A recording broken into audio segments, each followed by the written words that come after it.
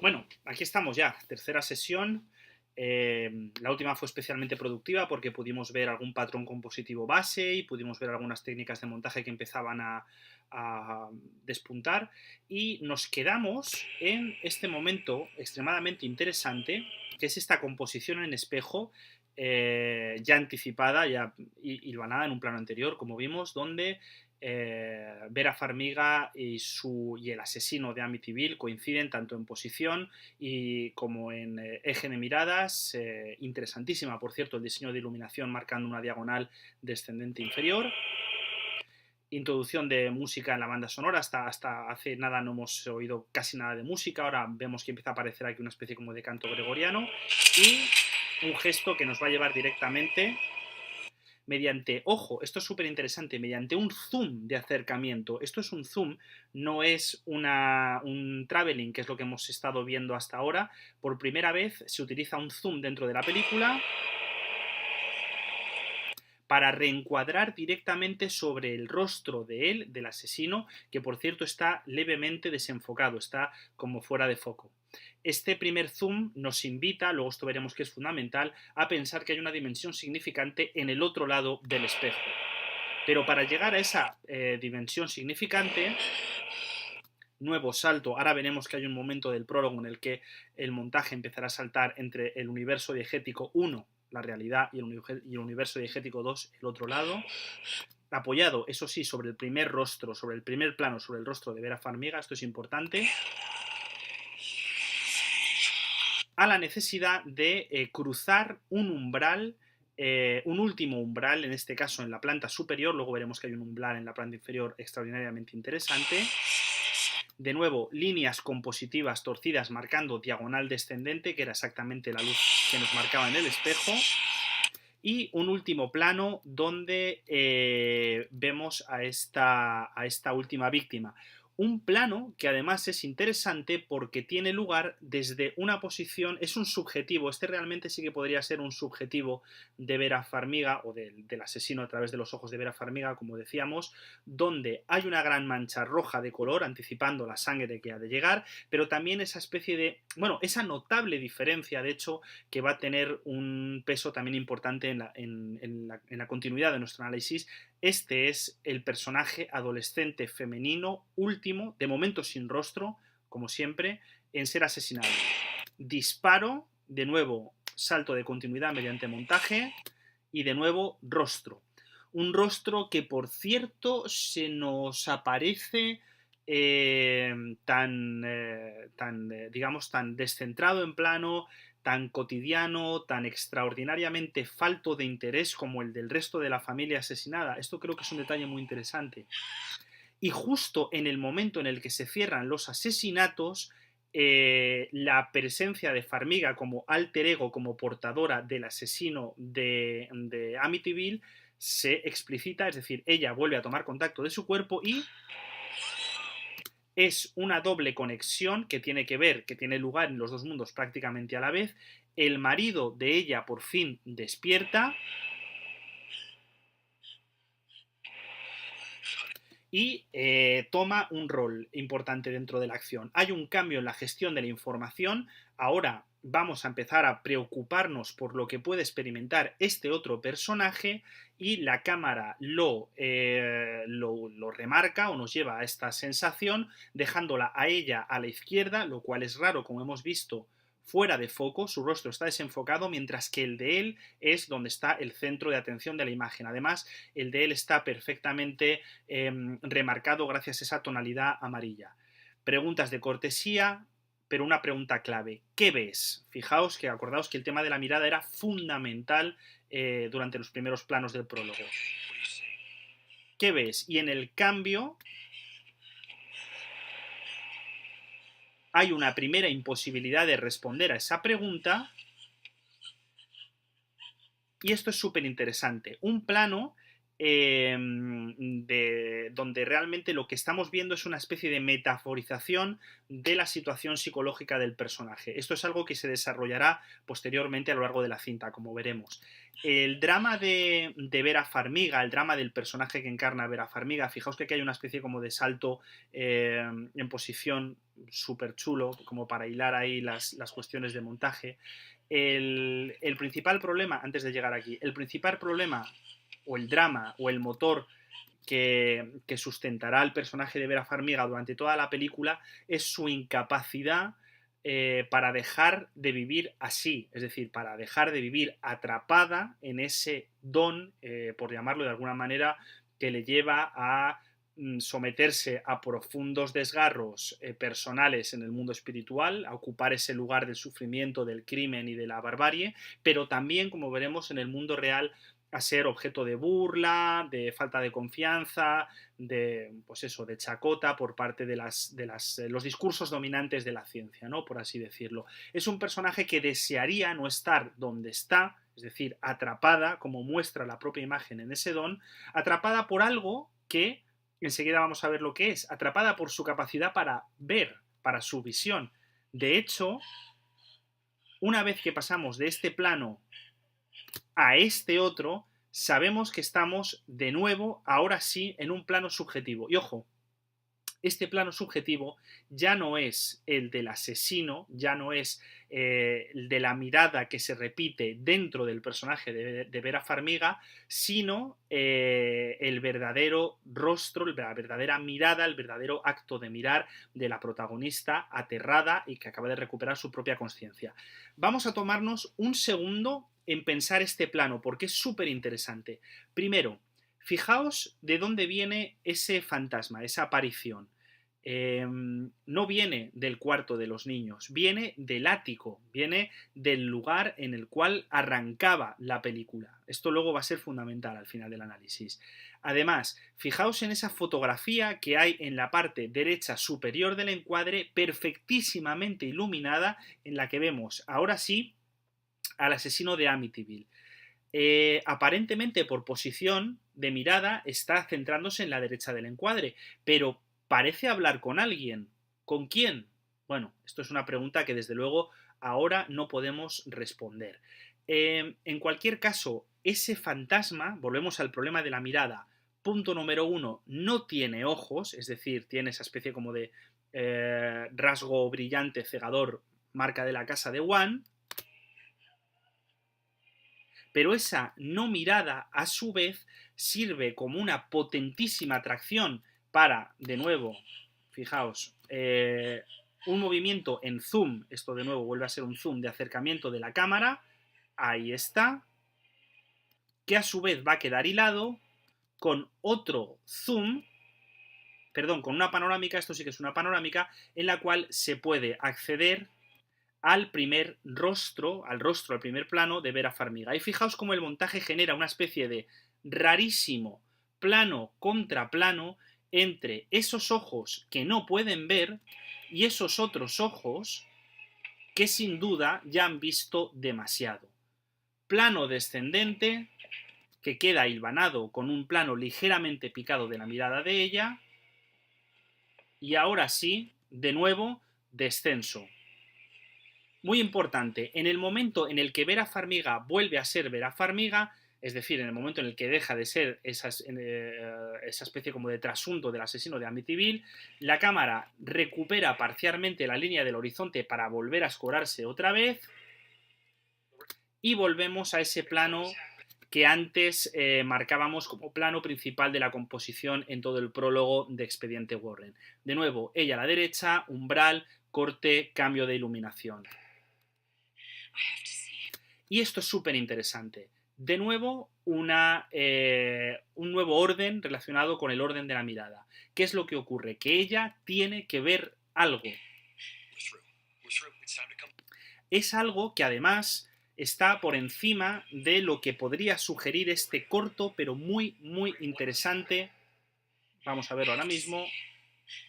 Plano cerrado entre los dos. De nuevo, el enfoque.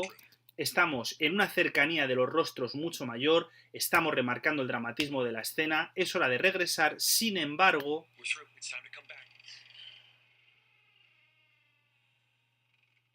aquí se abre una dicotomía que vemos escrita en plano perfectamente entre dos umbrales, entre dos puertas, Una, que sería la del regreso, volver al mundo real, al mundo de lo salvífico, de lo sano en el que se puede continuar, o por el otro lado, acceder y aceptar la llamada de ese niño que tiene algo para ver o que quiere mostrar algo, como enseguida veremos.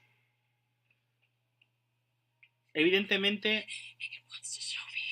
ahí está literalmente escrito, ella necesita ver algo que debe ser mostrado. Ese algo que queda hilvanado en estos planos, que son pues unos planos basados principalmente en el movimiento extremo de cámara y de nuevo en la quiebra de la horizontalidad del encuadre, tiene una primera formulación que vemos aquí. Este es un plano que parece una estupidez o un simple plano para lucir dirección de arte, pero que merece mucho la pena pensar o por lo menos apuntar porque luego probablemente nos sirva para algo. Plano subjetivo del personaje de Lorraine en el sótano. Una cruz que conduce directamente a un Cristo en sombras, que conduce directamente a un corazón, que conduce directamente a una figura de la natividad. Es decir, esto es una estampa religiosa, pero también es una especie como de construcción inversa del propio ciclo litúrgico, evangélico, leer el relato bíblico al revés, empezar por la muerte y acabar por el nacimiento. Una inversión de lo religioso, una inversión del sentido religioso en el sótano, eso es lo que debe ser mostrado. Ahora veremos.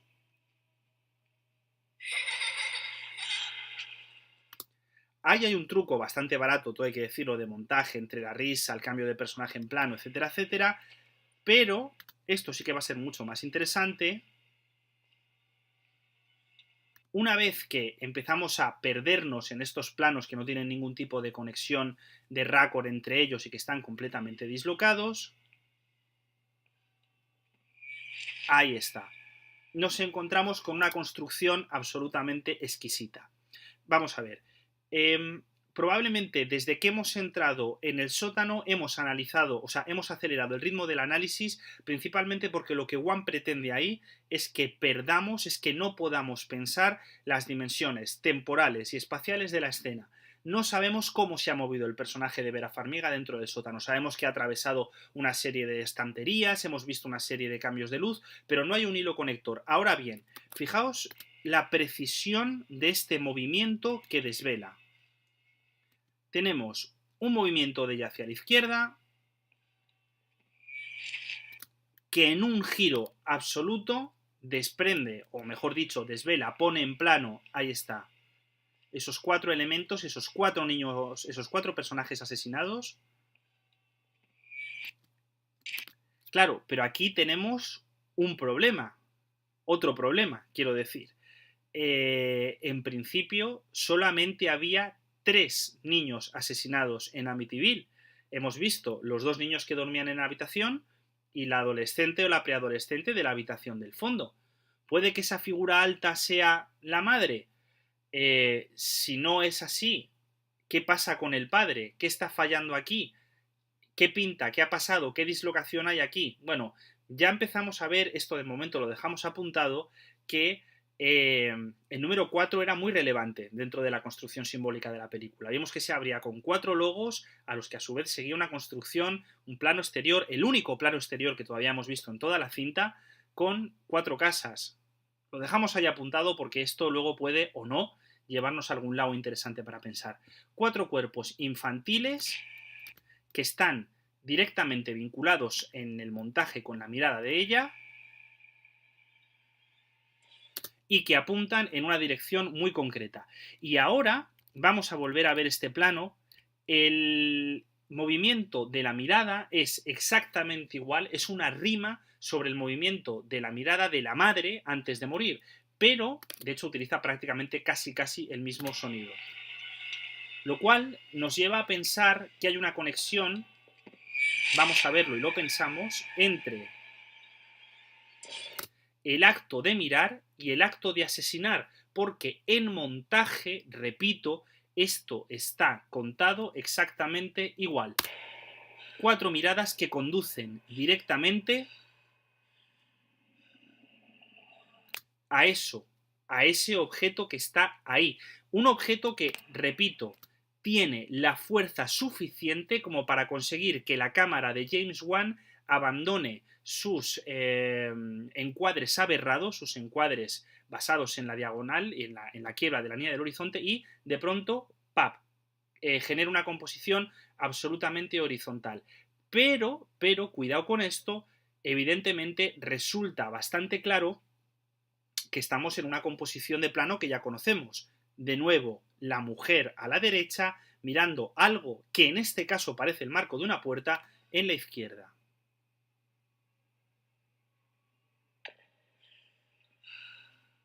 Y ese algo que ha sido marcado no es ni más ni menos que un espejo. Ahora bien, en el momento en el que se introduce el espejo, vemos que algo ha cambiado con respecto a el plano anterior en el que Lorraine, en el que Vera Farmiga se miraba en el espejo, donde veía reflejado el asesino. Aquí se ve reflejada ella misma, pero se ha invertido el orden de posición en plano.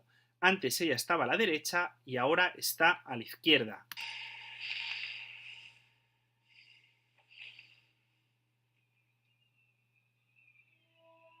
Y de hecho, la fuerza de eso que hay en el espejo es tan atrayente que hace que la propia cámara de Wan se deslice. Esto me interesa muchísimo. Primero, fijaos que cuando Lorraine desliza su mirada hacia la izquierda, lo que la luz ilumina es ese conjunto de sillas, que serán absolutamente claves en un momento. Pero nosotros como espectadores sentimos tensión por lo que ocurre fuera de campo. Esto me interesa muchísimo porque además es un truco que el terror contemporáneo utiliza una y otra vez sistemáticamente. El miedo aquí tiene que ver con la posición de cámara, no tanto con lo que se muestra, sino con el espacio vacío que se genera en torno a lo que no se muestra, espacio físico, real, de plano. Aquí ya hemos visto, estamos viendo a la monja, primera aparición de la monja, digamos, rimada directamente sobre Lorraine, en posición de plano, en mirada. Y claro, la cámara de Wan tiene que responder sabiendo que el horror, una vez más, se encuentra situado más allá de sus márgenes, a la derecha, en el corte mismo del encuadre. De tal manera que cuando volvamos, lo que haya ahí ya no sea propiamente la propia mirada, la propia reflexión especular, sino el foco mismo del horror.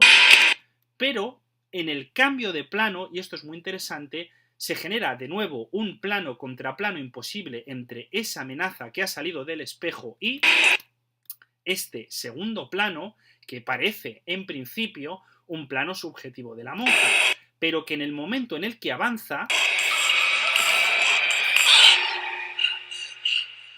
vemos que no es sino un gesto de la propia protagonista. Esto es extraordinariamente interesante porque vamos viendo que hay algo en la película que tiene que ver con el orden del horror en los espejos, es decir, con lo que uno es en su propia esencia, con lo que uno mira, lo que uno reconoce cuando se ve ahí, y al mismo tiempo con... No quería correr tanto. Este gesto de centralidad y de descubrimiento de un acto propio que le lleva directamente al filo mismo del asesinato, o en este caso concreto, vamos a ir despacio, de la autodestrucción. Fijaos que ese detalle que parecía absolutamente anodino en el plano anterior, de pronto se vuelve capital. Hay un plano centrado sobre ese montón de sillas que parecen esconder un cuerpo. Y ese cuerpo, que llama la atención por estar situado de nuevo a la derecha del encuadre, es literalmente un cuerpo sin rostro. Vamos a verlo otra vez. Tenemos plano central de las sillas, cuerpo que está al otro lado de las sillas, parapetado y remarcado en una diagonal horizontal inferior, una mirada que nos lleva directamente a ese espacio donde antes estaba el espejo, pero que ahora ocupa otra cosa, y un plano de acercamiento de esa otra cosa sin rostro, remarco, que llama nuestra atención. Acordaos en la sesión anterior la importancia que le dimos al hecho de que había uno de los protagonistas asesinados en Amityville que no tenían rostro o que directamente estaba marcado como una especie como de rostro seccionado. Hay una especie como de diálogo en movimiento de cámara entre ese rostro que no podemos ver y ese otro rostro lleno de horror que es lo que sí que se ve. Un rostro que se rompe, que se quiebra, que genera un grito y llama la atención porque escribe un nombre directamente sobre plano y que hace incluso que se rompa la norma básica que ponía en marcha el sistema enunciativo de la secuencia, es decir, la necesidad de esa oscuridad que veíamos en la primera sesión del curso para que tuviera lugar la magia, la puesta en escena, el movimiento espiritista.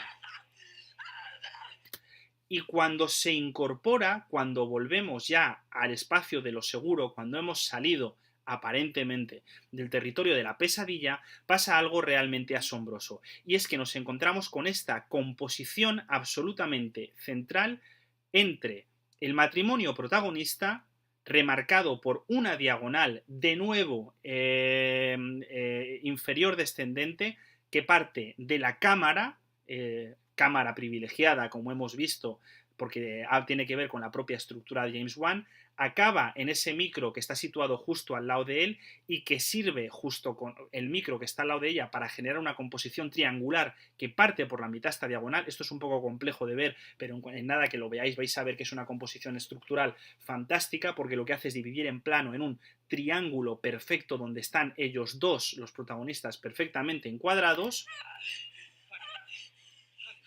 Y ahora vamos a ver cómo lo que Wan utiliza para cerrar su prólogo es el uso del primer, entre comillas, plano contra plano, donde hay realmente un diálogo real dentro de la película y una lógica de unión.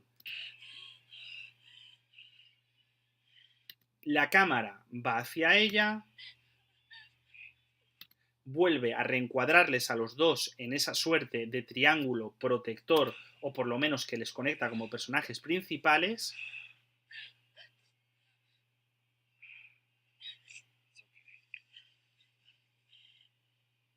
Y aquí la cámara de Wan se acerca, ya no como hemos visto antes, para aislarla, para llevarla al otro lado,